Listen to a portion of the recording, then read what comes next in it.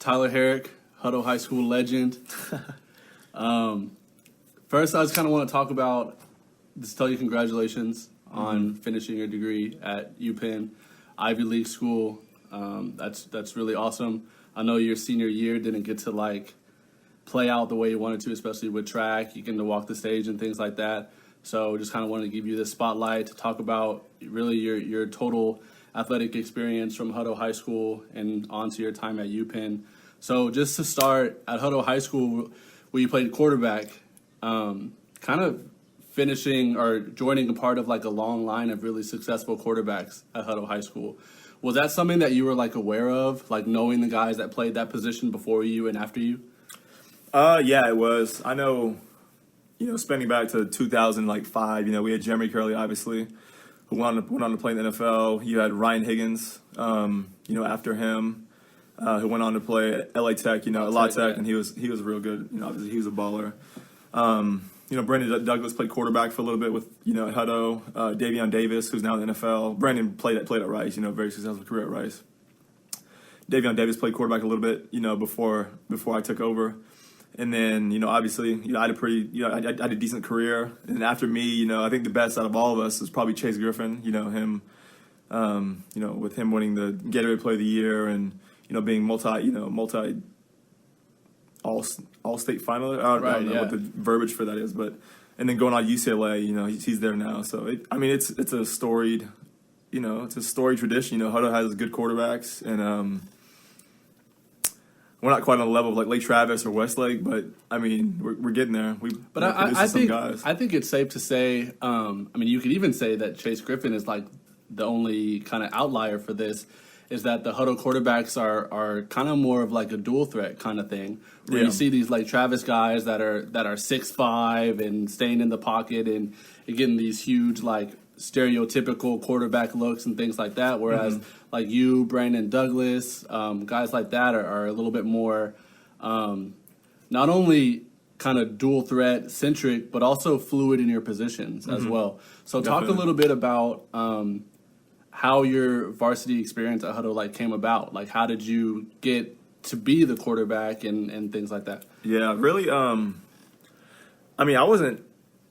I came in as a freshman, and I wasn't sure if I was going to play quarterback or receiver coming into high school. Where'd you play in middle school?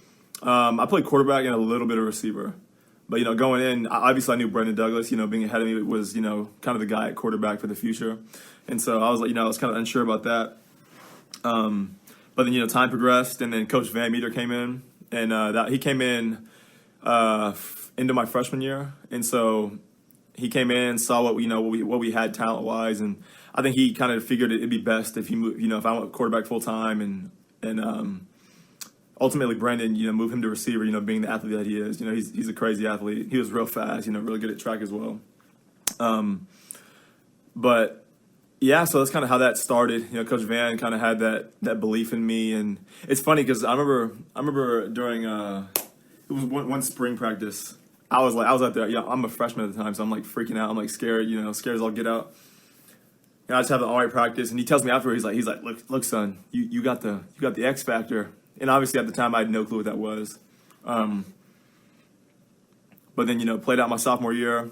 I started a couple games. Had an all right season. Wasn't anything crazy. At quarterback. Yes, yeah. I started a couple games my sophomore year. That year I played a little quarterback. Davion Davis played a little quarterback. Brandon Douglas played a little quarterback early on. Caden Forshea, he's another. He played a little quarterback, and he ended up, moving to receiver and DB after that. But yeah, my sophomore season was a wild one. We had a lot of quarterbacks, but anyways, after that, and then junior year comes about, and we kind of decided I'm a guy, and I had no clue that season was going to be what it was. And we ended up being a lot better than expected. That's the year we went to the fourth round, and we had a lot of guys get all state, myself included, and so that was kind of the start of it, and so really put us on the map, I think. So, like you said, you made all state, you made 4 rounds deep in the playoffs. That was probably that was the furthest that you went in playoffs, and all state was the biggest recognition you get. Yeah. What would you say? Can you remember a moment where things changed for you, going from the guy that started some games to being the guy, and Was it something just having the trust of the coaching staff to be able to say, like, you're the guy? And then not only that, but how do you think the dynamic of the team changed once you were the guy? So, yeah, to answer your first question, I think the turning point for me was after my sophomore year. 'Cause my sophomore year was an all right season, but it was a little rocky. I started a few games, and then the last couple games of the season, Davion Davis took over, and he ended up being the full-time guy the last couple games of the season. So, going into junior year, there was a kind of a question mark of whether am I going to be the guy or am I not going to be fit enough, and they're going to have to leave Davion at quarterback. And that offseason, Coach Van just he just gave me full reins. He's like, no, Davion's a receiver. He's not playing quarterback anymore. And he didn't practice a quarterback anymore after that. And so that was kind of what gave me confidence in myself, because I was doubting myself at the time. I wasn't entirely sure, what the future held for me. And so having Coach Van, move someone, that caliber of football player and Davion to just tell him, you're going to play receiver, he's the quarterback, gave me confidence. And then that first game, I still remember we played Cedar Creek. I had 4 touchdowns in the first half. And that was the first time I've had more than 1 touchdown in the game. And I had 4 in the first half, first game of the season, my junior year. So that was kind of I was like, okay, we're here, I'm doing this. And that was sort of, how that happened. And so, and then to answer your second question, I think with me stepping into that role and showing that, I could do this, it really opened up the eyes of not only our team, but I would say everyone around us. Because the big question mark with us was not, it was never a running back, it was never a receiver, it was never, lineman. Because our line was huge, you know what I mean? Some of those guys, O'Neal Patterson, Elijah, Jared Kingsrider, Marcus Simpson, those guys were talented and they were big, right? And obviously at receiver, we had Davion, we had Derek Camaro, Derek Davis, Riley Ferris, 6'9" basketball player, Brandon Douglas. We had weapons everywhere. And so the big question mark was quarterback. And so I think once we realized that we had that position covered, and I think, after the first couple of games, I kind of proved that, I could do it. So, do you think that the turning point, the difference between the Brandon Douglas, who is Division I FBS speed, skill set type thing, Davion Davis, things like that, do you think the difference between them and you being the one that took them 4 rounds deep and being the ones that kind of solidified that quarterback position, do you think that it was that you had that X factor thing, that kind of something like that it factor about you, that leadership maybe? Do you think that's what it is that made you be the guy for that role? Yeah. I would say so. I think it was partly that, and there's another reason I'll get to after. But I think a big reason was my sophomore year. I got hurt early on in the season. I hurt my elbow, and so I was out for 3 or 4 weeks. I got surgery on it, and I was out for a little bit. And so that entire season and that off season, I was working my tail off as hard as I possibly could. I think part of my success and why I don't know, maybe that X factor. I don't know what Coach Van was talking about. I think that was brought on by my work ethic, because I made it a point. Because at that point, football is life, and I was like, I need to go D1. I need to get scholarship, get my school paid for, go play at the next level. And so I just dedicated everything I had to it. And I think people saw that. I think my teammates saw that. And so while I wasn't a super big, loud vocal leader, I think I led by example pretty well. So I think that maybe, and not to say that those guys didn't work hard, because they worked just as hard as I did, but I think seeing it from your quarterback is, it's a different, right. It's that's sort of seen as a leadership role. And so when you see your quarterback, working that hard, I think it does a good job of, bringing the team together and getting everyone, on their horse to work. And then the next reason why I think what gave me that X factor wasn't just me, obviously I was a talented football player, but it made it easy because I had a Division I basketball player catching, jump passes for me. I had 2 slot receivers that both went on to play, Division I football at a very high level, and one that's now in the NFL. So part of it is, I think I was a good leader and I worked my butt off, but also, if Davion played quarterback, he can't throw to himself. Right. You know what I mean? And the same thing for Brandon. Brandon's not going to throw a go route to himself. So having those guys out there really helped. Really, help shape up my career. And so you've talked a lot about Coach Van Meter and how he he really played an important role, I think. Yeah. And not only as a football player, but I saw you thank him on Twitter the other day when you graduated college. I think I think it's safe to say that he had a big impact on you as a man you are today. Yeah. And him taking over this Weiss program, what kind of coach are they getting? Yeah, so I saw that and I was so excited for I guess Weiss in Pflugerville. I was very excited for the city of Pflugerville because they're getting someone who I don't know. I feel like he's a great person. First off, great guy. He was. Obviously, I have my dad in my life. Very thankful for that. But he was someone who, I think, in the confines of a football team and in school and sort of, I don't know, maybe like an athletic career. He was like almost like a father figure. And I say that lightly. Obviously he's not. You can only be so much a father. You can only be a father figure so much in terms of like football and sports in general. But he kind of guided me, at every step. He went out on a limb and was talking to schools for me, and he pushed me to be a multi-sport athlete. You hear a lot of like nightmare stories of these coaches that are like, no, you're playing football year round or you're off the team, and he was always pushing me to like go play basketball, go run track, do this or that to help, because it's going to help your career ultimately. So I would say Weiss, they're getting someone who's done it before, someone who's gone, 4 or 5, almost to the state championship, for years and years, whether it was at Friendswood or at Hutto, you know what I mean? He's done it for a long time. He's trained a lot of good quarterbacks.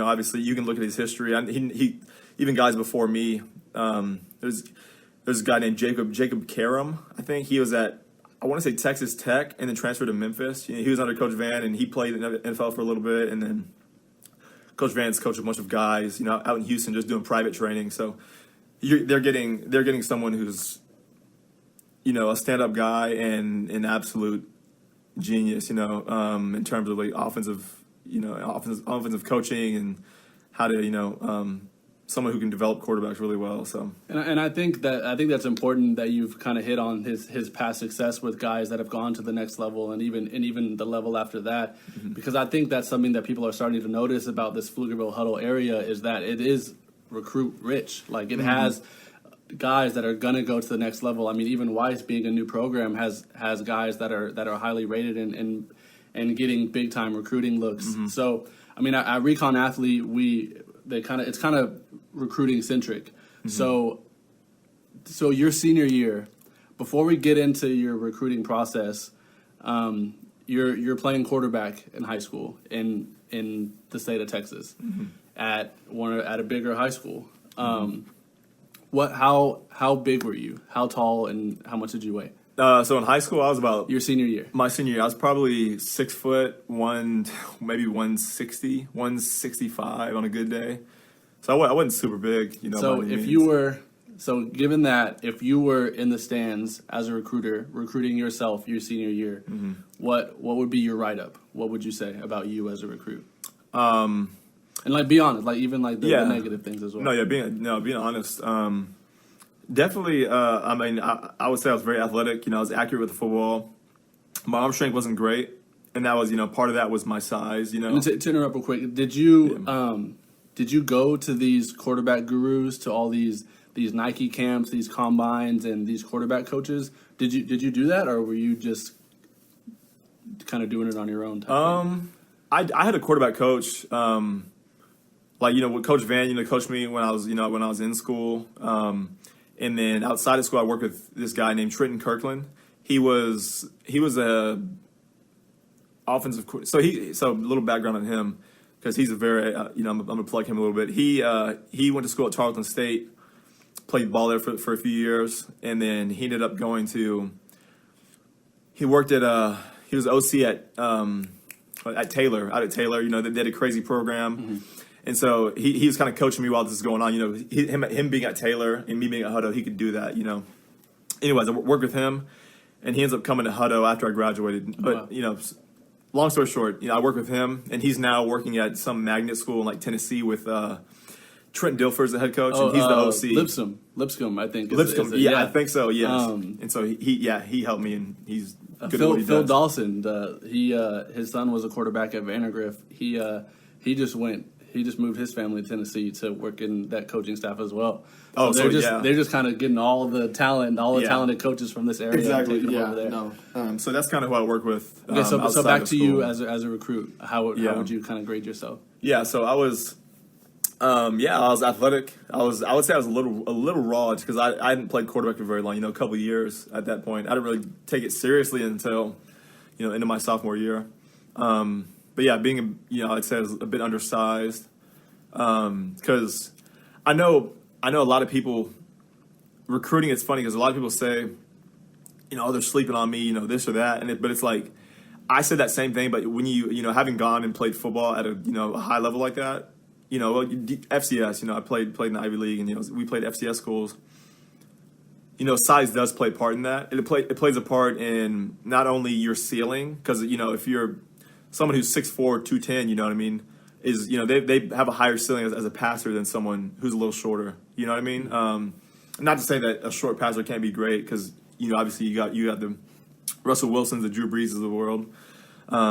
But for every one of those, I feel like there's a Tom Brady, there's a Peyton Manning, there's a Phillip Rivers, Cam. These bigger guys. So that played a part. And I guess and how coaches saw me was definitely my size was a big factor. And so, like you mentioned, you were able to go to the Division I level to the Ivy Leagues, albeit like FBS like kind of level. You're still playing Division I football. Mm-hmm. Talk to me about your senior year, about your recruiting process.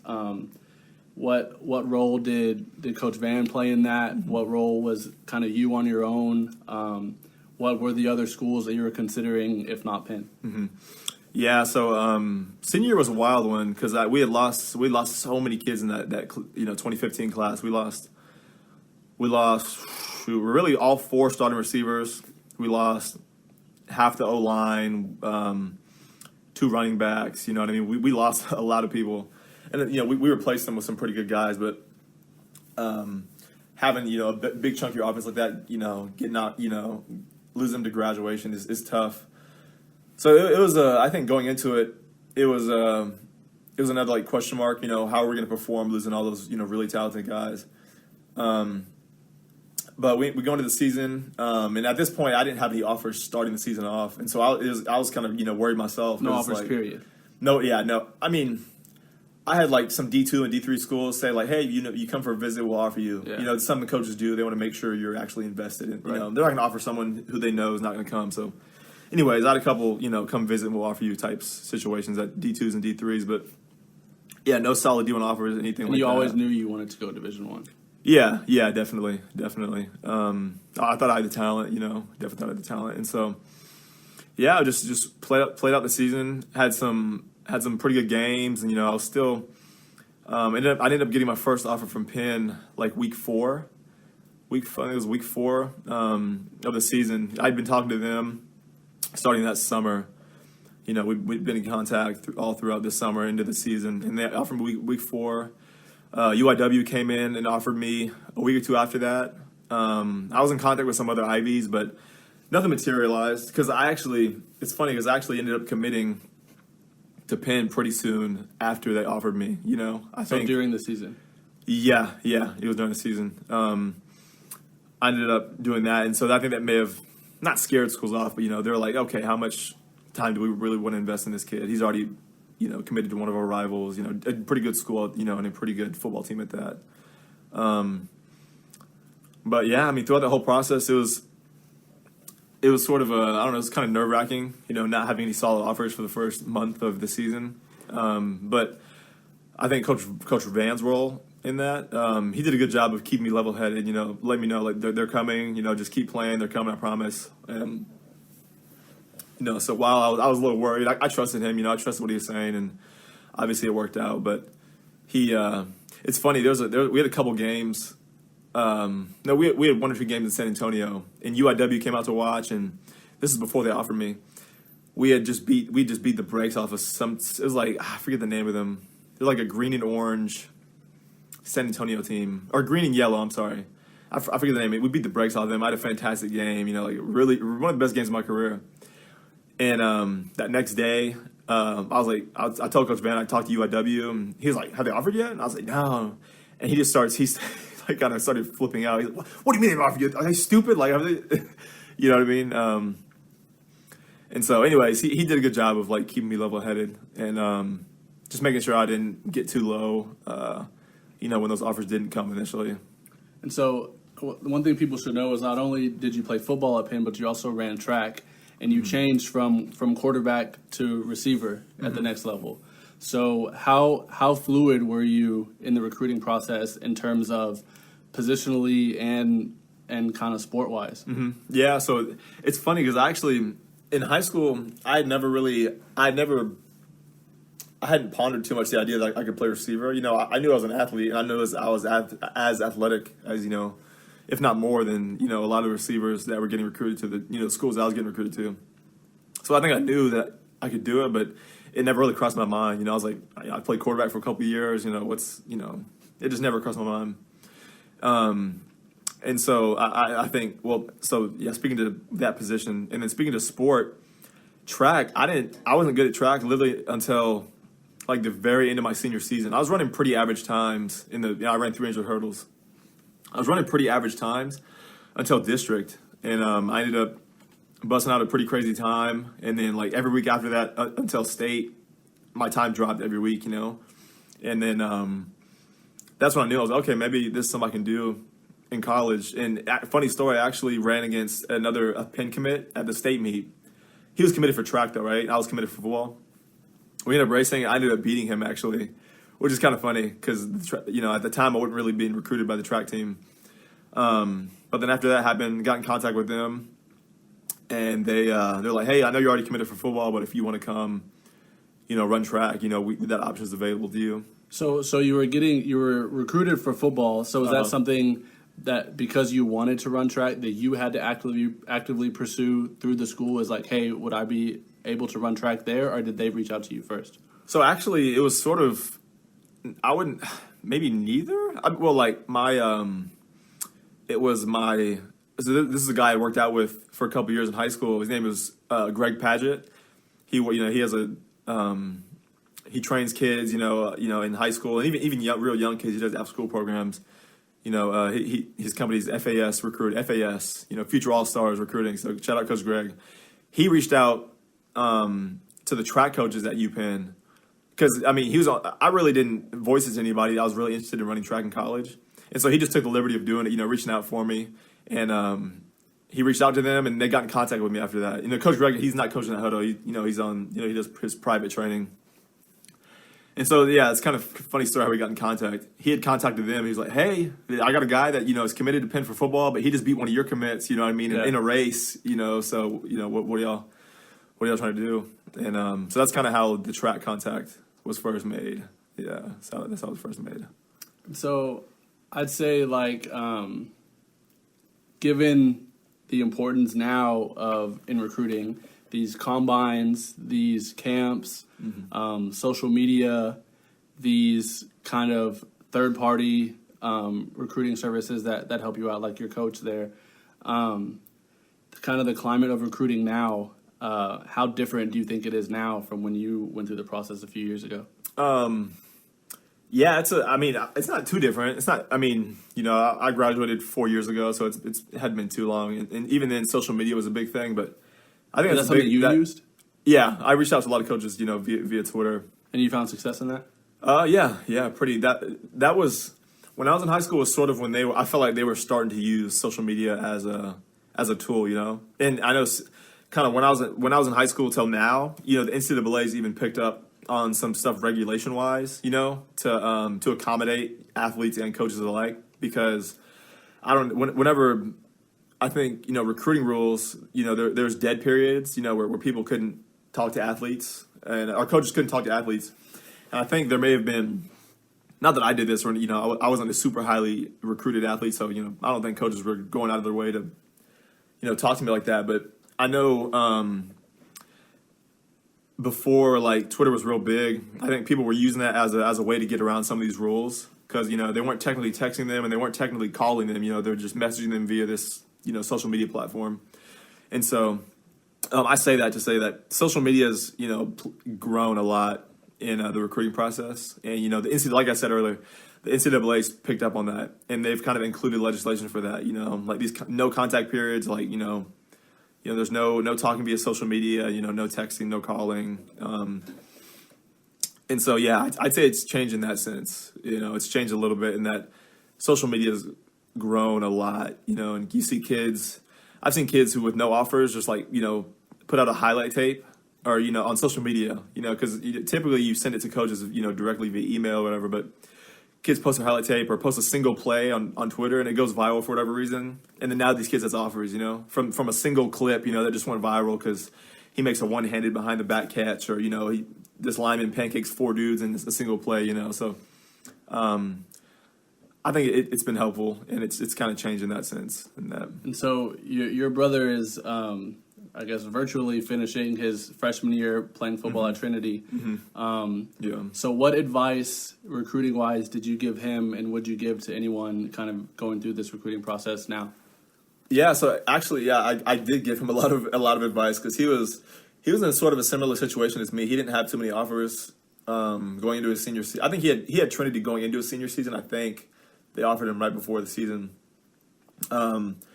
But at the time, he was in contact with some Ivy League schools. He was in contact with Penn, Brown, Columbia. He talked to Harvard a little bit, and he was real set on probably going to Ivy League. And so maybe to speak more to his situation specifically, I just told him be patient. The offer's going to come, and if they don't, you've got great options, and even at the D3 level. And so I guess with that being said, speaking more broadly to recruits in general, you don't have to go D1 to, get a good education. You don't have to go D1 to play great football because, you have some schools at the D3 level. Like you got UMHB, Mount Union, even Trinity. These schools are ranked in the top 15, top 10, 15 every year, and they produce guys that go to the NFL. It's proven. There's D3 guys in the NFL. And so if your goal is to play in the league, don't get down or don't give up because you didn't get a D1 offer. I would say just be patient because you can get great schooling. You can get a lot of your school paid for through these, D2 and D3 programs. And yeah, if that's what you want, you can make it happen. You can go to the NFL. So I guess how that speaks to recruiting, just be patient, be patient and just keep playing, control what you can control. And I think both you and your brother are like really good testament to that. I mean, you being a guy that played Texas high school football quarterback as a 6 foot kind of skinny kid, going to play Division I football. Your brother kind of being kind of that same like in between kind of frame, in between kind of skill set, going to play and get his school paid for at a great university in Trinity. So finally, I just kind of want to wrap up with you didn't get to walk the stage, you didn't get to finish your track career at UPenn. Looking back at it. Having spent 3 3/4 years at Penn, how happy are you in that decision that you made all those years ago? Yeah. Oh man, I'm so happy in that decision I made. I made some really good friends at Penn. I met some really awesome people. Got a great education, going to an Ivy League, and it was scary in high school, because I honestly at one point, and I haven't told a lot of people this, but this was probably spring of my senior year. I sort of got cold feet, if it was like a week-long thing where I was like, Oscar Dragicevic, he's the punter now at Washington State. We've been best friends since we were in elementary school, and he was, at the time, he was committed to UIW. I had a UIW offer, and he's like, hey, man, come to UIW. Let's package deal it. Bro, I know he's in my ear talking about come to UIW. And so I'm like, man, do I really want to go to school in the Northeast? I got to fly. I got to fly 4 hours there. I'm going to be there for months at a time, not see my family, like only come back for holidays. I honestly was nervous. I got cold feet for about a week. I was like, man, UIW, San Antonio was a fun place. Like I love some Tex-Mex. And so it was scary when I was young, but looking back on it, I got to Penn, and within the first month, me and me and the guys on the team were really close. You know, we kind of bonded into that. We had a lot of kids come from everywhere. We had guys from California, Florida, Washington State, Texas. We had guys from everywhere who were going through the exact same thing as me, and so that helped a lot. Conforming and getting to a point that I was okay with, being away with my family for a couple of years. And, but yeah, no, to get back to your point, man, Penn, it was one of the best decisions of my life. I met my girlfriend, we would, met her freshman year. And so, and we're, still together now. And so that, in that sense, has been great. Obviously, like I said earlier, I made some of my closest friends, guys who are going to be in my wedding, guys who I'm going to be in contact with forever. At that school, and I think ultimately it was just a great decision. Get to live in the Northeast for a few years. See what that's like, and that stuff will change your life, man. Like there's people here that never get to experience something like that. And exactly, that's just a decision that you basically just kind of picked, and you picked something that, like I said, to change your life forever, give you experiences that are rare ones, and like from people from a small town in Hutto. And I know kind of last two questions. I know you had some like ups and downs in your football career in terms of injuries and things like that. Looking back, kind of forgetting those injuries, looking back, what were some of the highlights of your collegiate career at Penn? Yeah, man, some of the highlights, I have a lot of highlights in both sports, man. It was, I'd say, starting off with football, some of the highlights, probably winning the Ivy League championship my freshman year.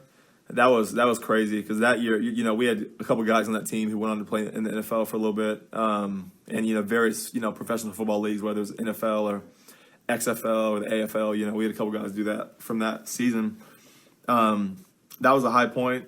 I would say I think some of the high points with football come off the field. Just having played football and being with, the guys that I was with, like I said earlier, I met some of my best friends. And so it was an awesome experience to get to share, that football camaraderie and, some awesome games with them. I know we went up to this year we went up to Harvard, and, it was like 4th and 2.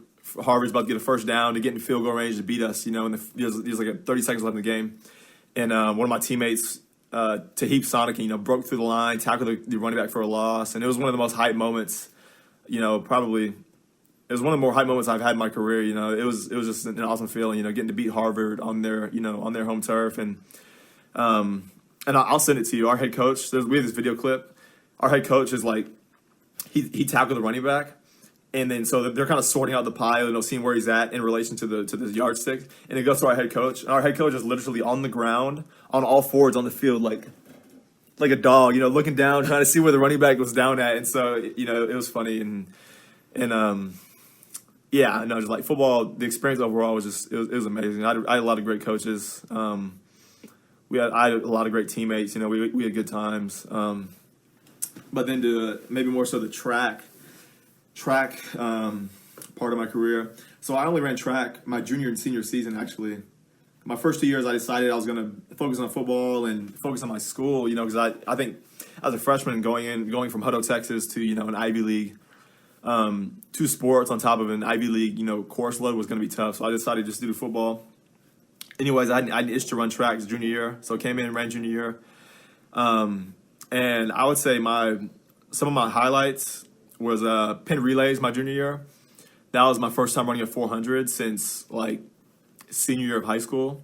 He just threw me in the 4x4 for whatever reason. He thought I'd be good at it, and I had my doubts. But anyways, went and ran a decent leg. I think I was like 3rd leg, and we ran a good time. And so we get done with the race. Well, no, let me backtrack. Penn relays is one of the biggest track meets in the country, and so historically, right? Yeah, it's one of and so Franklin Field seats 60,000. And so you're running in a stadium with 60,000 people, this is something I never got to experience in high school or even college football. I never got to run or play in front of a crowd that big, So even some big high school games, you get 20, 30,000 people maybe, but this was crazy. I've never experienced anything like it because there's literally 60,000 people just screaming. The whole stadium, it's a horseshoe just filled with people. So anyways, yeah, start running, get finished, and I'm like dog tired. I'm laying on the ground, like just on the verge of death. My coach comes over, he's like, "Hey, do you know what you just ran?" I was like, "No." Because I haven't ran the 400 in forever, so I'm like, okay, I probably just split something decent. He's like, "Son, you just split a 47." In high school, my fastest time ever was 50.5 maybe. And so to hear that I just ran the fastest time I've ever ran by, over 3 seconds was a great feeling. I was dog tired, but he said that. I stood up immediately. I was like, yeah, I'm fine. I was really excited about that. Yeah, I think that's got to be number one. And then, last one, and probably, definitely my second best experience in track was at conference this past year, my senior year, indoor conference meet. I broke my ankle this year in football, and so I was off my ankle. I was off my feet for a long time. I get back to the track team after I'm healed up, and I'm slow. I'm out of shape. I'm just terrible, and I'm like, the entire time I'm thinking like, oh man, is this for me? Like, can I get back to where I was? Like, is my speed even there still? And so I'm kind of the entire season I'm feeling kind of down, and then come conference, I ran the 400 and it just came out of me. I ended up running like low 48, indoor, which is, was a really good time for myself. That's the fastest I've ever run indoor for sure. And so I think just coming back from, having a broke ankle to, PRing at conference and scoring points for my team was an awesome feeling, because I know a lot of people on the team, my trainer, Megan, and a lot of my teammates who helped me get back to where I was. Not only did they rejoice in that, with me, but they were there for me through all of it. When I was injured and when I was recovering, and then to have them there for me whenever I finally broke through and ran that really good time was awesome. And that was that's a moment that's gonna stick with me forever. Coming across that finish line and celebrating that with them.